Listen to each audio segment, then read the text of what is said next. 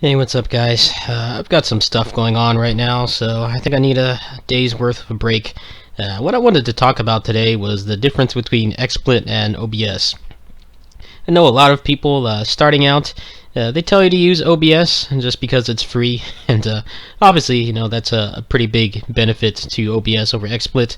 But it can be pretty hard to use. It's got a pretty steep learning curve.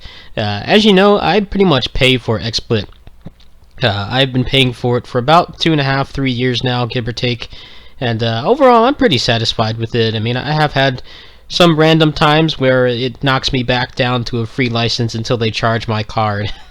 I think I've had that happen like maybe 2 or 3 times, which is like a mild nuisance, but other than that, I haven't really had any issues with them at all. If you want to know how I got into XSplit, basically, when I first got this computer, maybe about 2.5 years ago, I guess pretty close to 3 years ago, you'll probably remember it around the first time that I started putting up HD videos and I started using a mic. The capture card that I got from my family did not work with OBS. It didn't support it at all. The only way that I could use it with OBS was a really ghetto way of taking the preview window from the built-in app and doing a screen capture and then blowing it up, which is obviously not the most ideal setup if you're trying to get a good quality video. They had a trial for XSplit at some point later on, maybe like a couple weeks later or something, and they pretty much gave you the full license. They gave you access to all the features for free just for a couple days. So I went ahead and downloaded it, and I plugged in the capture card and it worked. Now obviously, I had my fair share of battles with that capture card, all the random times it would give out and stuff like that. But when it did work, XSplit picked it up really fast. The interface is really built for not having to learn it too much. If you just want to get a pretty simple, good-looking stream, you can get it in a couple mouse clicks. OBS, I'd argue, is for more advanced users.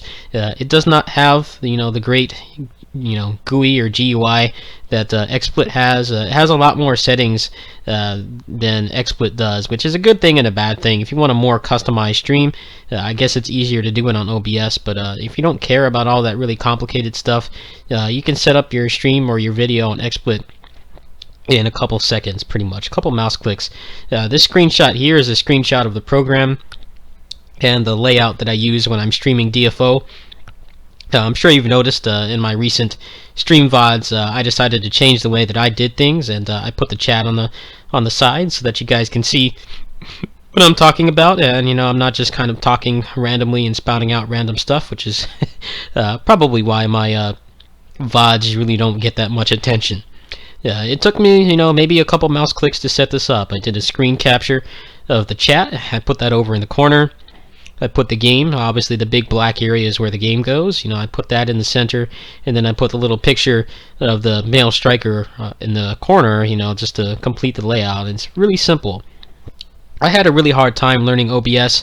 I tried using OBS for a while until I realized that I could use NVIDIA NVENC with XSplit. That is also something I want to talk about.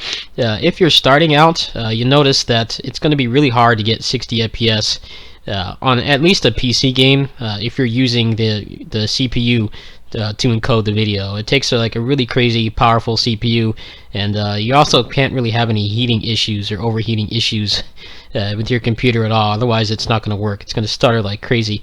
I actually use the NVENC codec for pretty much everything that you see on here. If you have any kind of recent NVIDIA video card at all, or talking I think like probably the past like maybe 2-3 years of models as far as I'm concerned, maybe a little less than that, you have access to the NVENC codec, and it is possible to use it with both OBS and XSplit. But XSplit also has an extra program called XSplit Gamecaster, which is really nice. XSplit Gamecaster is hands down the easiest way to stream yourself playing a game. Or record, of course. It's pretty, bare bones. It doesn't have all the advanced options that XSplit, Broadcaster, and OBS have. It's pretty much just, if you want to just stream the game, and that's it. I'm a little different from most people that do this these days. Kind of YouTube and Twitch streams are becoming all about how advanced your layout is, whether you have like sub donations or sub notifications and donation notifications, and the sounds and the chat on the side, whether it's transparent and stuff like that, and you know, how much space the game takes up, whether you have any logos, or if you're trying to advertise something like, you know, a donation goal or news or something like that. I pretty much do minimalist streaming. I try to stay away from all that stuff. I mean, obviously I have asked for help from you guys numerous times in the past, but when I'm streaming or when I'm doing a video, I like the focus to just be on the game, and XSplit Gamecaster is an excellent way to do that.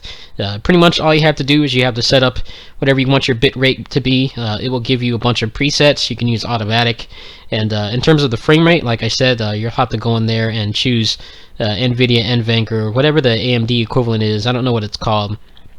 But you pretty much have to use that to get 60 FPS, but I mainly use XSplit Gamecaster when I'm streaming something full screen. Like when I do Transformers, all the Transformers videos you saw me do, I did those with Gamecaster because I couldn't really find a way to get the game to fit well. And some people have said the NVENC codec doesn't work really well when you're doing it windowed, you know, when you have the rest of the desktop showing. I know if you use Shadowplay or the NVENC encoder through the GeForce Experience, it tells you that you can't do it unless you have it full screen. I haven't really noticed too many differences. Sometimes, you know, I get a little stuttering, but I think that's on my end. Overall, I think XSplit is worth paying for. It's just the stipulation is you're definitely going to want to be making some money off it. Be it, you know, be partnered on Twitch, or, you know, you're partnered on here and you make at least $60 a year. I'd say that's a pretty good threshold for actually using XSplit and paying for it, because they do lock a lot of it behind a paywall. If you want a 60 FPS stream, you have to pay. The cap when you're free is 30 FPS. There are various other features that they lock away from you, like game capture. I think using capture cards as well. I'm not sure.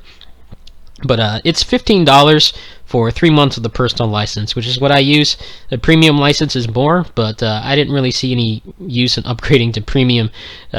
Pretty much just for the things that I use it for. I only use like a fraction of XSplit. The only program that of XSplit that I use to its fullest potential is Gamecaster, and that's arguably not really saying much, because Gamecaster is a very simplified, minimalist way to get your stuff on the internet. It does come with some nice options. It has all your recordings in a little menu. I think you can edit them. You can also upload them to YouTube right away. You can switch from YouTube to Twitch or any of the other services. But yeah, it's going to be about $60 a year, unless you get a really nice deal. Sometimes they have them at Humble Bundles. You can stack up a bunch of them that way. Obviously, that's not for everybody. But I pay $60 a year for it. Obviously, you know, I don't make tons of money doing this, but it's still, it offsets the cost. It makes, you know, doing this easier for me. I use both programs pretty much every day. It is worth it. It's just, if you're not making any money off it, you know, if you don't have a monetized YouTube channel or you're not partnered on Twitch, then XSplit is honestly not worth using. At that point, it's better to just use OBS and kind of get over the hurdle of the larger learning curve, and just use that for free. But yeah, I just wanted to get this out. I see a lot of people have really strong opinions about XSplit or OBS, and not many people are very informative about the differences. Obviously, both programs do the same thing. It's just XSplit is easier to use. It has more features, and Gamecaster is really nice. You know, you can pretty much have a really good looking video or stream in like maybe a minute tops. You can't really do that with OBS. There's so many things you have to configure. There are things about it that just aren't, you know, really user friendly, so to speak. It's got a higher learning curve, but yeah, if you want, I'll go ahead and post their link in the description. You can go over there and look at the differences. I recommend paying for a personal license, but like I said, you know, if you're making more than $60 a year, I consider it to be worth it. If you guys are ever starting out and you want some help with XSplit, you can go ahead and hit me up in the comments, and I'll get to you as soon as I can. Anyway, tomorrow is going to be a stream VOD. After that, honestly, I haven't been in the best mood. I'm kind of just taking it a little low-key, but I'll try to get some Vita stuff or Transformers stuff out. Peace.